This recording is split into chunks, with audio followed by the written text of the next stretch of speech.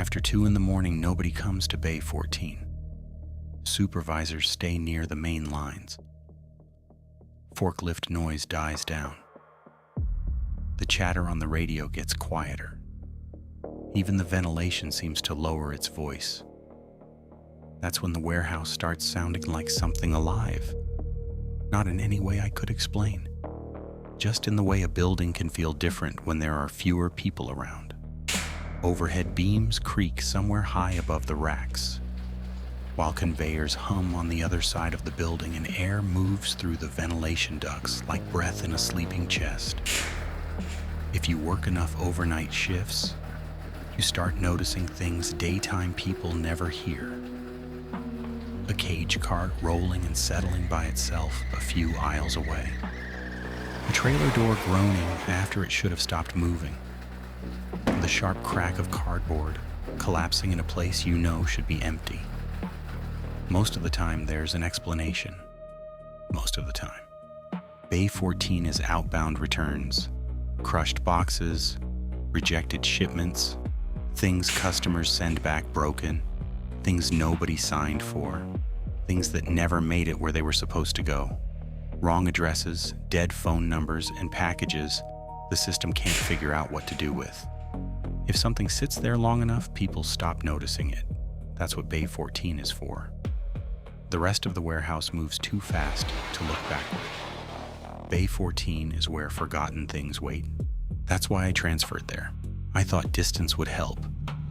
I thought if I moved far enough away from the inbound shift, the sound would stay behind.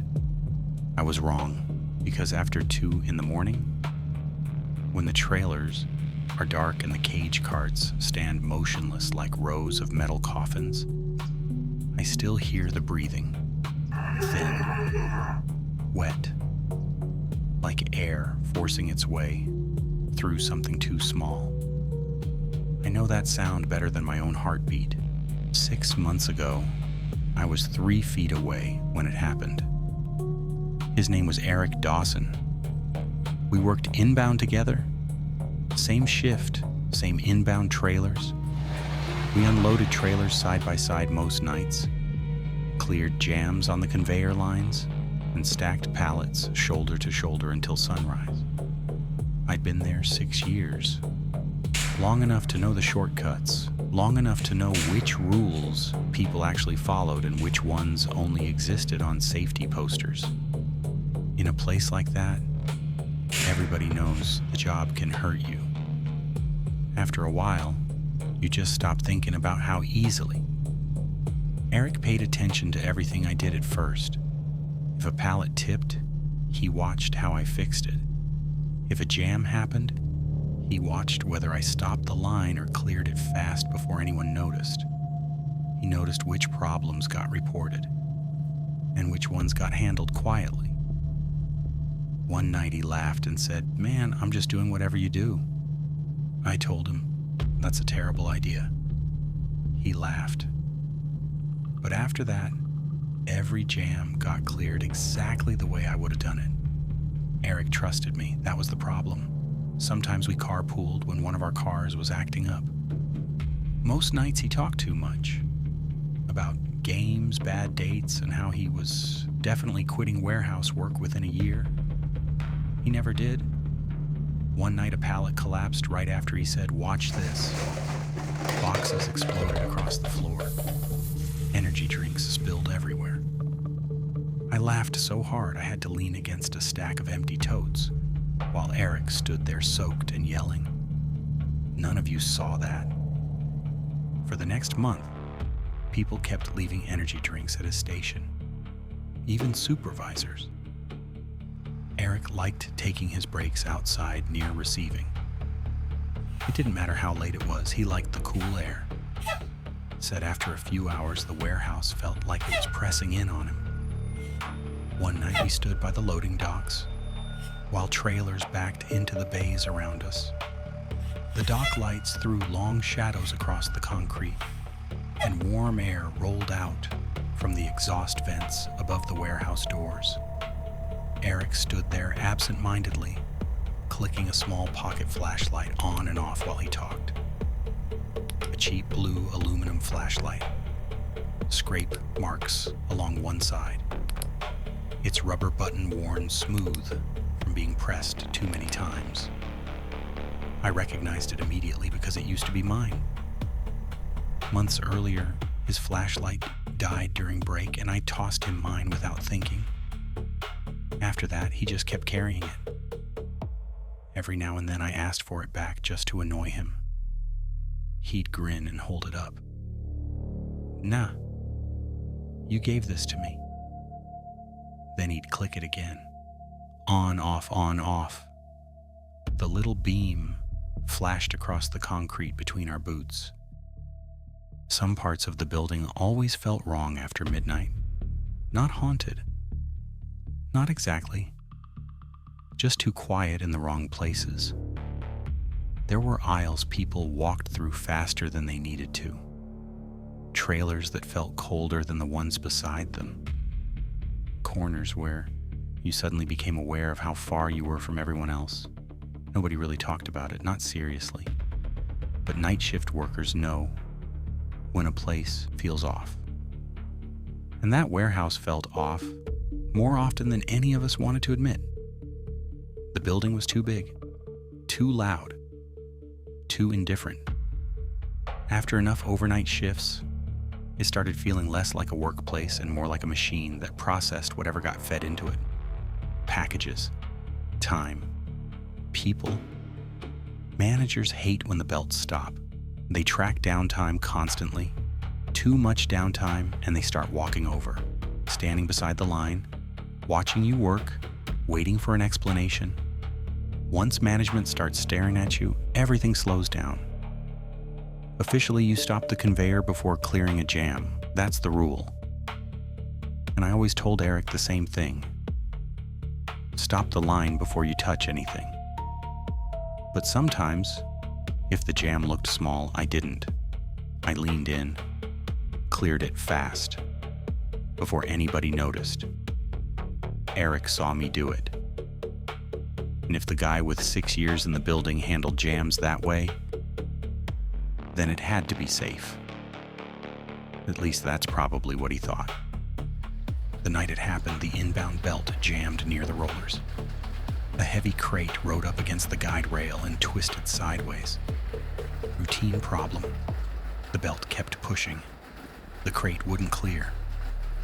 Erik leaned in. The crate shifted. Just a little. Enough. I saw it start to go wrong. "Erik!" I slammed the emergency stop. But inbound belts don't stop immediately. They wind down, slow, heavy. The drawstring of his hoodie caught near the collar. The conveyor grabbed it and twisted hard as it dragged him forward. He hit the roller's chest first, pinned there while the belt finished slowing. By the time we got him loose, the cord had pulled tight across his throat. Too tight. There was blood on the front of his hoodie, blood on my gloves. At the time, I barely noticed it. All I could hear was his breathing, thin, wet, like air forcing its way through something crushed. He was still awake when the paramedics arrived, trying to breathe, trying to speak, still making that awful sound. I followed the ambulance to the hospital, sat in the parking lot with the engine running while the emergency entrance doors slid open and shut.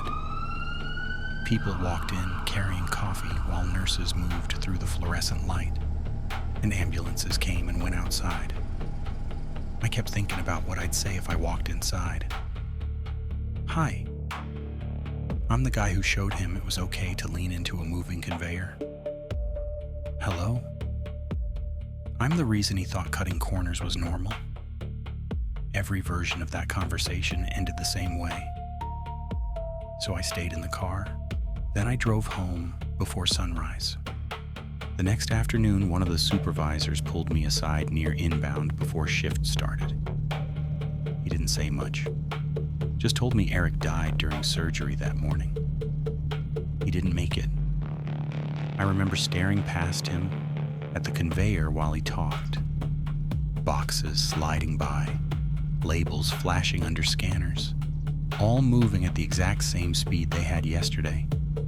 The supervisor kept talking. I don't remember most of it. Somewhere farther down the line, a jam alarm started beeping. Nobody stopped working. For a second, I honestly thought I might throw up right there beside the conveyor. Instead, I told him I couldn't stay. Then I walked out of the building. I stayed home the rest of the week. Didn't answer calls. Didn't check my schedule. Didn't sleep much either. Every time I closed my eyes, I heard that breathing again. Thin, wet, wrong. By the time I came back, Inbound already looked like Erik had never worked there. The station was clean. Someone new was working in his space. The line kept moving. His locker was still closed. Same dent near the handle. Same faded energy drink sticker near the lock. Nobody touched it.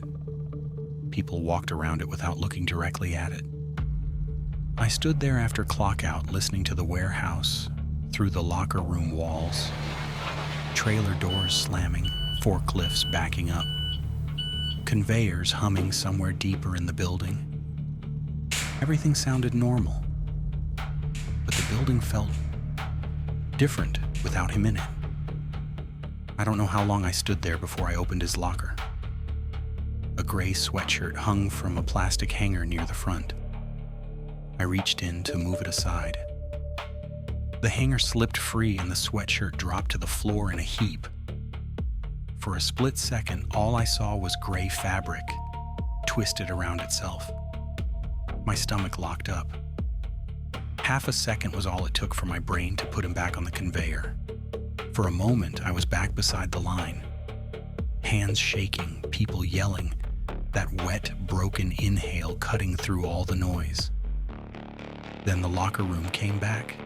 The tile floor, the humming lights, the open locker in front of me. Inside sat a half-empty bottle of aspirin, a phone charger, spare gloves, and a folded photo tucked behind a pair of scratched safety glasses.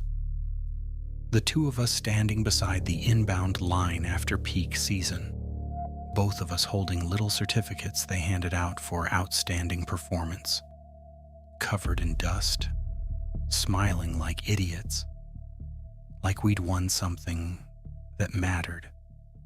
I stared at that picture for a long time. Then I shut the locker and walked away. I never opened it again. I heard the funeral happened 3 days later. I drove there, parked across the street from the church, stayed in my car the entire service. I watched people carry flowers through the front doors while I sat there gripping the steering wheel hard enough to hurt my hands. Then I left before it ended. I never spoke to his family, never called, never apologized. 2 weeks later, I asked for a transfer, anywhere quieter. They moved me to Bay 14, outbound returns, different side of the warehouse. I thought distance would help. At first, Bay 14 only felt lonely. Then it started feeling wrong, like something back there was waiting for me to notice it. Management almost never walked that far after midnight. Too quiet, too far from the main lines. If something sat back there long enough, people stopped noticing it. Sometimes boxes fell over for no reason, not often. Just enough to make you stop and listen. One night I found a cage cart rolled halfway out of its lane. Another night I heard movement inside a trailer I'd already emptied. Nothing was ever there. But the air always felt colder afterward. Not freezing. Warehouse cold. Different. Once, around 3 in the morning, I heard breathing behind me while I scanned returns. Shallow. Uneven. I spun around so fast I nearly dropped the scanner. Nobody there. Just pallets wrapped in torn plastic. Empty totes. Steel racks disappearing into shadow. I stopped wearing earbuds after that. A few times during breaks, I caught myself reaching into my pocket for that flashlight before remembering Erik still had it. Funny what your brain hangs on to. 6 months later, 2:23 a.m. A half-full cage cart sat inside a dark Outbound trailer. I'd been pulling damaged returns out of it and scanning them back into the system. The dock light outside the trailer flickered faintly and threw a narrow strip of light across the floor. Enough light to see shapes, not enough to trust them. I stepped down to place another damaged box on the pallet outside the trailer. When I climbed back in, something felt wrong. Not louder, not colder, just wrong. Like I wasn't alone anymore. I stopped moving. Then I heard breathing. Not behind me, inside the cart, thin, wet, pulling through something too narrow. The sound came again, closer this time. Then something inside the cart shifted, slower than settling cardboard, like weight adjusting underneath it. The boxes near the far side pushed outward slightly, and Erik's face slowly turned into view between them. His eyes were already on me, pale skin, open eyes, watching me. His shoulders were buried beneath packages deeper than they should have been. His neck looked uneven, swollen along one side. He swallowed. Something moved wrong inside his throat before he spoke. Mike, The name dragged through crushed cartilage. you said it was fine. We don't stop the line. Managers hate it when it stops. His breathing caught halfway through his throat. Not stopping, just slowing. Like a conveyor winding down. Clear it fast. Don't stop the line. I couldn't move. They come over if it stops. They stand there and watch you work. Erik stared at me. You leaned in. You moved. You didn't come back. I swallowed hard. I couldn't. I sat in the parking lot. I didn't know what to say. Erik's eyes stayed fixed on me. You didn't come in. His voice scraped lower. I was still there. I shut my eyes for half a second. I know. I was scared. I was ashamed. I left you there. The trailer stayed quiet. Not fully quiet, the way conveyor belts never stop all at once, just slowly winding down. His eyes drifted slowly toward the boxes around him. Returns. Then he looked back at me. Don't leave me in returns, Mike. The words scraped out one damaged breath at a time. Don't leave me The boxes creaked softly around him. in returns. I looked at him. Really looked at him. And for the first time in 6 months, I stopped trying to explain it away. I was wrong. I cut corners. I made it look normal. You trusted me. And I left you behind. The dock light flickered behind me. His breathing shifted, still damaged, but less desperate. He tried to speak. Thank you. His shoulders slowly relaxed. Then he began sinking backward into the returns, not falling, not vanishing, just settling deeper beneath the cardboard, until there was nothing left except damaged packages stacked in silence. The cart creaked once, then stopped moving. Something slid loose from the bottom of the cart and dropped onto the trailer floor with a dull thud. I stood there for a long time afterward, listening. The trailer stayed quiet. The thing on the floor was a small brown parcel, crushed slightly along one side. A return label covered the original shipping address. Recipient, Erik Dawson. I stared at it without touching it. After the accident, management cleared out his locker.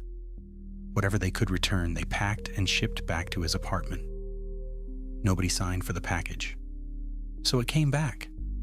Processed, sorted, placed in Bay 14, 6 months earlier, waiting there the entire time. I opened it. The smell that came out reminded me instantly of Inbound. Dust, cardboard, machine oil soaked into fabric. Inside was his gray sweatshirt, his cracked ID badge, a pair of work gloves, the photo from his locker, and tucked beside them, a small blue pocket flashlight. Scrape marks along one side. The same one I'd handed him outside receiving months earlier. I picked it up.